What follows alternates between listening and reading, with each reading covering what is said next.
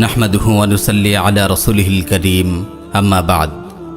আল্লাহ রাব্বুল আলামিন ইরশাদ করেন, ওমান আহসানু কাওলাম মিম্মান দাআ ইলাল্লাহি ওয়া আমিলা সালিহান ওয়া ক্বালা ইন্নানী মিনাল মুসলিমিন। তার চেয়ে উত্তম কথা আর কার হতে পারে যে আল্লাহর দিকে দাওয়াত দেয়, নেক আমল করে এবং বলে আমি একজন মুসলিম। প্রিয় ভাই ও বোন, ইসলাম কেবল আমাদের নিজের কথা ভাবতে শেখায় না, আমাদের আশপাশের লোকদের প্রতিও আমাদের দায়িত্ব কর্তব্য আছে। কেবল নিজের দিন পালন করলে আমরা নাজাত পেয়ে যাব না, কারণ আমরা এমন এক উম্মাহ যাদেরকে দাওয়া ইলাল্লাহর দায়িত্ব দেওয়া হয়েছে। আল্লাহ রাব্বুল আলামিন ইরশাদ করেন, কুনতুম খায়রা উম্মাতিন উখরিজাত লিন-নাস তা'মুরুনা বিল মা'রুফি ওয়া তানহাউনা আনিল মুনকার ওয়া তু'মিনুনা বিল্লাহ। তোমরা সর্বোত্তম উম্মাহ, মানব জাতির কল্যাণের জন্যই তোমাদের উদ্ভব ঘটানো হয়েছে। তোমরা সৎ কাজের আদেশ করবে, অসৎ কাজে নিষেধ করবে এবং আল্লাহর প্রতি ঈমান আনবে। প্রিয় ভাই ও বোন, সারা বছর দাওয়া ইলাল্লাহর মতো গুরুত্বপূর্ণ ইবাদতে গাফিল থাকলেও রমাদানে যেন এই ইবাদতের প্রতি মনোনিবেশ করেন।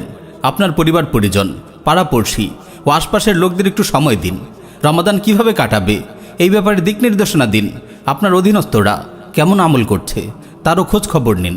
দাওয়া ইলাল্লাহ আল্লাহ রাব্বুল আলামিনের অত্যন্ত প্রিয় একটি আমল। ইমাম ইবনুল জাওজি রাহিমাহুল্লাহ বলেন, তুমি কি আল্লাহর নৈকট্য অর্জন করতে চাও না? তাহলে তার বান্দাদেরকে তার দিকে দাওয়াত দাও। এটি নবীদের কাজ।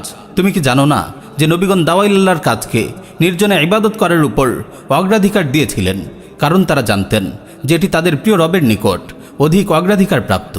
প্রিয় ভাই ও বোন, রমাদান দাওয়া ইলাল্লাহর মতো মোবারক ইবাদত করার সুবর্ণ সুযোগ, কারণ রমাদানে অধিকাংশ মানুষ আল্লাহ রাব্বুল আলামিনের দিকে মনোনিবেশ করে, গতানুগতিক জীবনকে একটু ঢেলে সাজাবার চেষ্টা করে, ঈমান ও আমলে সমৃদ্ধ হতে চায়, গুনাহ থেকে বাঁচার সাধনা করে। ফলে রমাদানে তাদের হৃদয় দাওয়া কবুল করার জন্য খুবই উর্বর হয়ে ওঠে।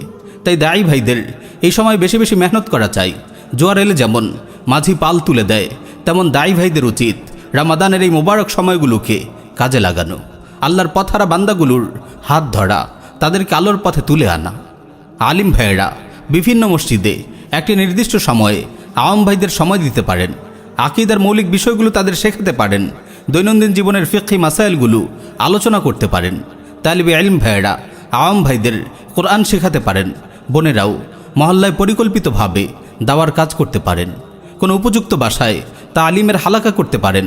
রমাদানে যদি এভাবে যে যার সাধ্য ও যোগ্যতা অনুযায়ী দাওয়া ইলাল্লাহর কাজে অংশগ্রহণ করেন, তবে আমাদের রমাদান আরও সুন্দর ও সার্থক হয়ে উঠবে ইনশাআল্লাহ। প্রিয় ভাই ও বোন, আপনার দুটো কথা, আপনার এক চিলতে মুচকি হাসি, আপনার একটু আন্তরিকতা কারো হেদায়েতের ওসিলা হয়ে যেতে পারে। তাই দাওয়া ইলাল্লাহর মতো গুরুত্বপূর্ণ ইবাদত নিয়ে অবহেলা করবেন না। অনেক ভাই দাওয়ার কাজ করতে সংকোচ বোধ করেন। তাদেরকে বলছি, নিজেকে একটু সময় দিন। ধীরে ধীরে নিজেকে ইলম আমলে সমৃদ্ধ করতে থাকুন। নিজেকে একজন দক্ষ ও প্রাজ্ঞ দায়ী হিসেবে গড়ে তুলুন। আল্লাহর বান্দাদেরকে আল্লাহর পথে তুলে আনার কলাকৌশলগুলো আয়ত্ত করুন। এই রমাদান থেকে শুরু হোক আপনার মোবারক এই প্রচেষ্টা। আল্লাহ তাআলা আপনাকে কবুল করুন। আমিন ইয়া রাব্বাল আলামিন।